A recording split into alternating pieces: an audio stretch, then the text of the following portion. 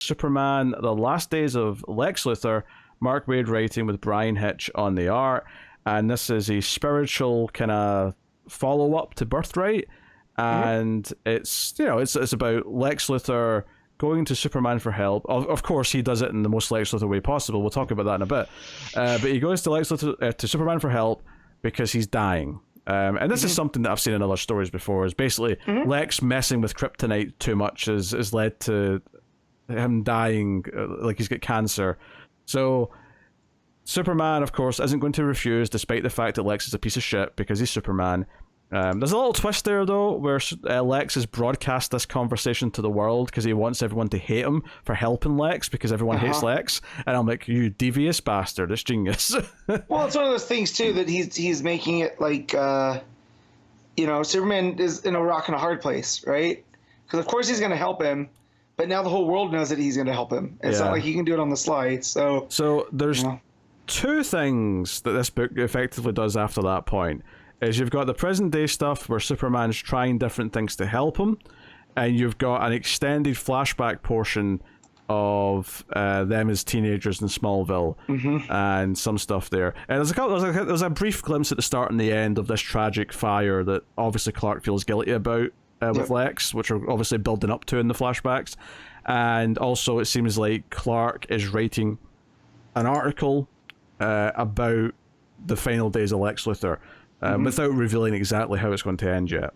So, and there's a really neat transition in there, actually, of the article text, which has been used as narration, transitioning to like real-time Superman narration. I thought that was cool, where it like you see like the one box over the other box, and it kind of like just follows on as if it's okay, now we're in the live narration of the time, as opposed to Clark writing later on. Yeah, it jumps from him talking about Superman in the third person to I.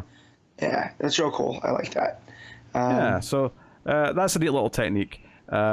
So we'll get into the specifics of like what the two main plot threads are after that point. But what was your feeling overall with this? I like it. I mean, Mark Waid and Superman, Birthright's one of my favorite stories of all time. In fact, I might say it is my favorite. And so it already has that vibe. It's just not with the Lionel Yu art now. It's switched over to Hitch, which is a bit of a shame. I do think Brian Hitch, like, I think he has panels that are I think when he does a close-up on a face, he tends to be quite good, but when he has like any kind of body like there's so many panels in this where Superman's like got his arm up, or he's like standing weird, or it's very posed. There's I don't think he draws the body that well, and that's a bit of a shame. But the action does flow pretty well too. Like it's even the opening page where it's like Clark writing the article and he leaves his glasses on the desk. The actual sequencing of that is quite good. Yeah. So, so a little bit disappointed that it wasn't you. We couldn't get that team up to reconvene. But it is a very Superman story in that of course Superman's going to help Lex. And that Superman believes in the impossible, right? He does the impossible.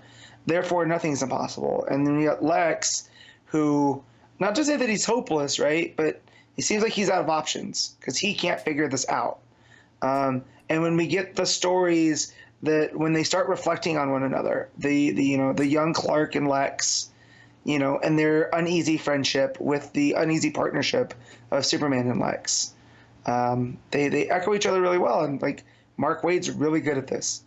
That's what I came out of this issue with. Yeah, I mean, I think it's got one thing going against it for me, which is the personal taste thing, is that Clark and Lex knowing each other as teenagers in Smallville is not my preferred backstory for Lex. I thought you were a big Smallville, the TV show fan, Pete. Piss off, you heathen.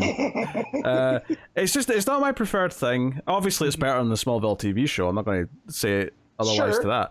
But I just don't think Lex Luthor needs this. I think Lex's like power as a character is so potent. The idea that he's just this powerful man who's independent from Superman, who when Superman like invades his world, right, by appearing to the public.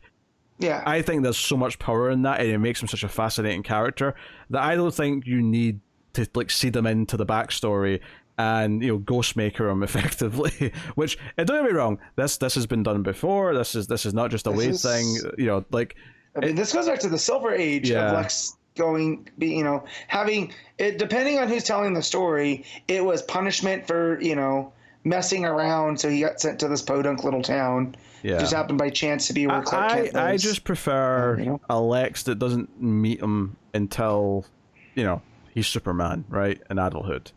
Yeah, I mean, again, like you said, it's a personal taste thing. Yeah. I can take either or. One of my favorite things is, I think it's from Superman for All Seasons. It's Jeff Loeb's narration about Lex Luthor. It's like Lex Luthor was going to be mankind's greatest hero until the aliens showed up, right? It's just like his ego can't handle the existence of Superman in Metropolis, and it completely flips him, right? And to me, that's such a powerful image of Lex Luthor. And John's played with this a little bit in Superboy when, Lex could, cure cancer, but he doesn't, because what does he gain from that, right? It plays with that, with the ego side of Lex, and I feel like Waid plays with that here as well. So, I mean, I feel like I'm getting it from both sides, so I'm going to be happy regardless. I think it's worth mentioning just my feelings on that before we go any further with it. That said, though, I do think this is a really well-written issue. I think the voice for Superman is great, as Waid usually does. He's got his own little quirks that, probably come from other places, but I associate it with Waid, which is when he's doing his narration as Superman, he does kind of sometimes refer to something Clark Kent did in the third person, as if he's talking about a different persona. I don't know if I would do that, but it's definitely something that sticks out when I notice Waid's writing them. It does feel like it's harkening back to that Birthright kind of like feeling. It feels kind of like it is a sequel to that, at the other end of the spectrum. So that's all solid stuff. I think while I have my reservations about young Lex and Clark knowing each other, I actually think a lot of those scenes are some of the best scenes in the book because of young Clark struggling and wanting to like get involved and not being able to tell him anything.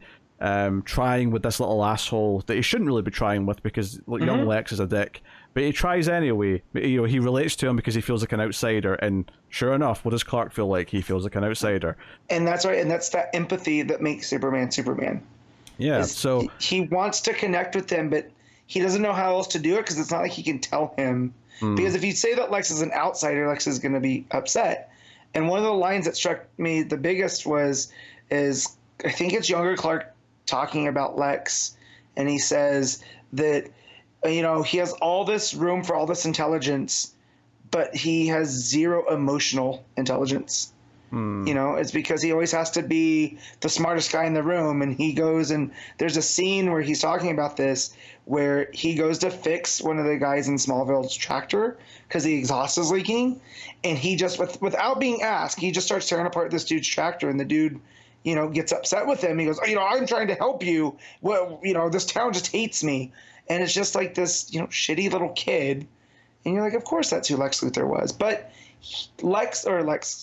Superman or young Clark sees that Lex does mean well. He just doesn't know how to go about it because no one's ever shown him, that's Lex basically always thinks he knows better, right? And that what he's going to do is the right thing, and everyone should just be thankful that he's blessing them with his expertise. And to me, that reflects across the later story when, whatever this disease is that's eating him alive, this cancer or whatever it is, it's the fact, like, for once he doesn't know best, right? Everything that he's tried doesn't work, so he's exhausted all his options. That's why he's coming to Superman. I think by contrast, the stuff that's in present day where Clark brings him to the fortress, takes him to the bottled city of Kandor, thinking, well, if you've already tried all the Earth ways of trying to fix this, obviously, so let's try something outside of that spectrum. So it takes him to the bottled city of Kandor, and I did think though, because Superman keeps kind of, I wouldn't say joking, but he keeps kind of saying, hey, if this is a trap, Lex, or something to double cross me with, now's the time. He says that a few times, something like that, and I kind of chuckled because I'm like, you sort of showing and taking Lex to the fortress and showing him Kandor feels like this is a lot. If you somehow save him, he's got a lot of new intel on you that you didn't have before. True. You know, so well, it's also him going like, "Hey, if this is your time to take a punch, take a punch." But I have no powers here. Like, if this turns out that Lex's master plan was just to find out a lot of his secrets, then I feel like he's doing a good job of it. Yeah, but I also feel like Waid's writing him with such a desperation, like that he really doesn't know what to do. Like maybe this started as, I'm going to pretend that I'm sick, and then he couldn't find a way out. Like maybe that's what it ends up being. We know he's not faking because Superman, does all the tests and whatnot. Yeah, but so the big thing here is like, okay, even freezing you won't work. This thing's like affecting your specific DNA. It won't spread to anyone, which is great, but it's affecting you specifically, and even freezing you won't work. And then Superman has the idea that the Phantom Zone, because of the way it changes you, and this is something that changed, like, every single interpretation of the Phantom Zone is different, I feel like. So this is like Waid saying, okay, this is my version of the Phantom Zone. It follows these rules. And we see Zod briefly even, and they try to have a revolt against Superman. And eventually Zod's pissed that Lex won't try and kill Superman, and Lex said, no, I need him just now. Once I'm saved, I'll help you happy. We could be the best of friends. I hate this prick. But I love that so much, because it was just like, I know you don't like Step Brothers, the movie, right? But there's a line where before you meet Adam Scott's character, where Will Ferrell is like, you're not gonna like my brother. He's an even bigger a-hole than you are, and that's what it gets me with Zod and Lex. That's their relationship. Is like, we don't like each other, but we dislike him more than we don't like each other. Yeah, I think all this stuff I liked less than the Smallville stuff, purely because it went in a little bit into that Mark Waid thing that he's guilty of sometimes, of just having all these like things he has to explain, of like, okay, this is how the Phantom Zone works, and this is why this can't work, and this is why this can, and I'm like, okay, all right. I can excuse that a little bit, because it is through Lex explaining. Like, I know when we start getting into the sciencey things of how the Phantom Zone works, I just took that as that's Lex showing off how smart he is. It's the same earlier on in the issue, because Lex's whole thing to like get Superman's attention is he uses his giant crab robot thing to like basically threaten to destroy this little island, and Superman comes in and has to save all the people on the island, and he does it at one point because this island's so low in sea level that if it has like a bad earthquake, it might just flood, and that's it, gone forever. And there's some tremors, so there's a couple of pages where Superman flies underground and creates echo chambers to counteract the tremors underground. And there's so much explanation for this, and I'm like, a little bit much. Yeah, like seriously, like, Waid, I love your writing, I do, but maybe you could have just made this simpler. And people call me a hypocrite if I don't call it out, but this is because Superman. It kind of is, It's like, because Superman, that's exactly what it is. And I don't like it here either. I can just excuse it for the stuff that happens later, But like Pete was saying, the Smallville stuff is so strong when we get to there and we see, young Clark's empathy. Again, I was talking about echoes earlier. Just like when he's creating these echo chambers to save these people that are just collateral to Lex Luthor, right? That's how he sees the people of Smallville too. They're just people that are in his way, or people that he can use to get what he wants.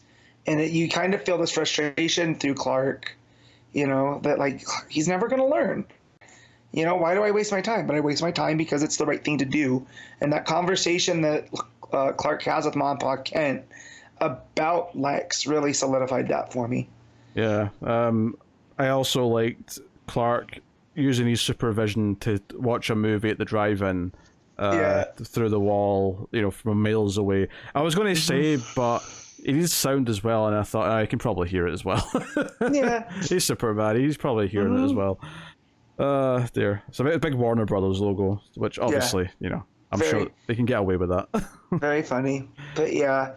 No, it's really good, Mark Waid. It's what I've wanted from him, back at DC when he finally came back, because he had never really worked on Superman himself. It was, he wrote Justice League and he wrote other issues of things where Superman was, but when he finally got to write Birthright and got to do his version of Superman, it just really clicked with me. And so now that he's getting to tell this, and it's like Lex Luthor's last story, and it does feel permanent. Well, we don't know that. I think that's up in the air. Yeah, but to me, it feels like the end game of this is like Lex Luthor realizing like you can't outsmart death. That one day he's going to cease to exist and Superman's still going to be there. And how does Lex's Until we read the final issue and I see a corpse, I don't believe a goddamn thing. Because I was like, well, he can't clone himself because it's in his DNA, right? So we can't use the what was it, Alexander Luthor clone that popped up in Death of Superman. So, we can't pull him out of time. We can't, I'm trying to think of all these comic book things that we could, and I just, I feel like this is that story. It's Lex's ruminations of death. But, Waid can always just throw a curveball. As long as the story's told well, I'm here for the ride. But I really enjoyed this. Like, this was a really, really, really solid outing. The overall feel of it is quite good. I like the tone. I like Clark kind of ruminating and like faced with this conflict of helping someone who is just completely awful, and the awful person banking on the fact that he's going to feel he has to help him. Yep. The final page is the scientist, whoever it is in Kandor, saying, "Why are you going to so much trouble to help this guy?" And that's when it cuts back to that thing we saw at the start of the issue again, which is Clark looking out this window as there's a fire. Presumably where Lex lost his hair, I imagine. Yeah. Would be my guess. So, I like that as the final page, because it doesn't reveal anything new. Because we actually already saw a glimpse of this earlier on the issue. This doesn't use the final page to be like, whoa, cliffhanger. This uses the final page to be like, this is to like tie in a bow what the emotional point of the story is. This is what we want you to be thinking about getting into issue 2. It didn't try and do there's a big new threat. What will happen next time? Because we get that all the time in comics, and fundamentally most of them don't mean anything, because it's just they'll deal with it in a couple of pages. It's fine. Whereas this is not something you can deal with in a page. This is something that the entire rest of the story has to deal with. So this actually feels like a stronger ending to me than some just as a big threat cliffhanger. So anyway, what are you rating Last Days of Lex Luthor issue 1? I'm gonna give this a 9. I'm gonna go with an 8. A little bit lower, mainly because I think Brian Hitch's art it's got its faults. Like the layouts are good, some close-ups of faces are really great, but I do think he has a problem with when he's drawn a full body, and that rears its ugly head a few times. And also, fundamentally, I prefer Lex and Clark not to know each other before Metropolis. But in the context of what it's doing with that, it's actually quite good, and it's actually the best part of the issue, shockingly. So, but it's good. I'm glad it's here, and I'm looking forward to issue 2.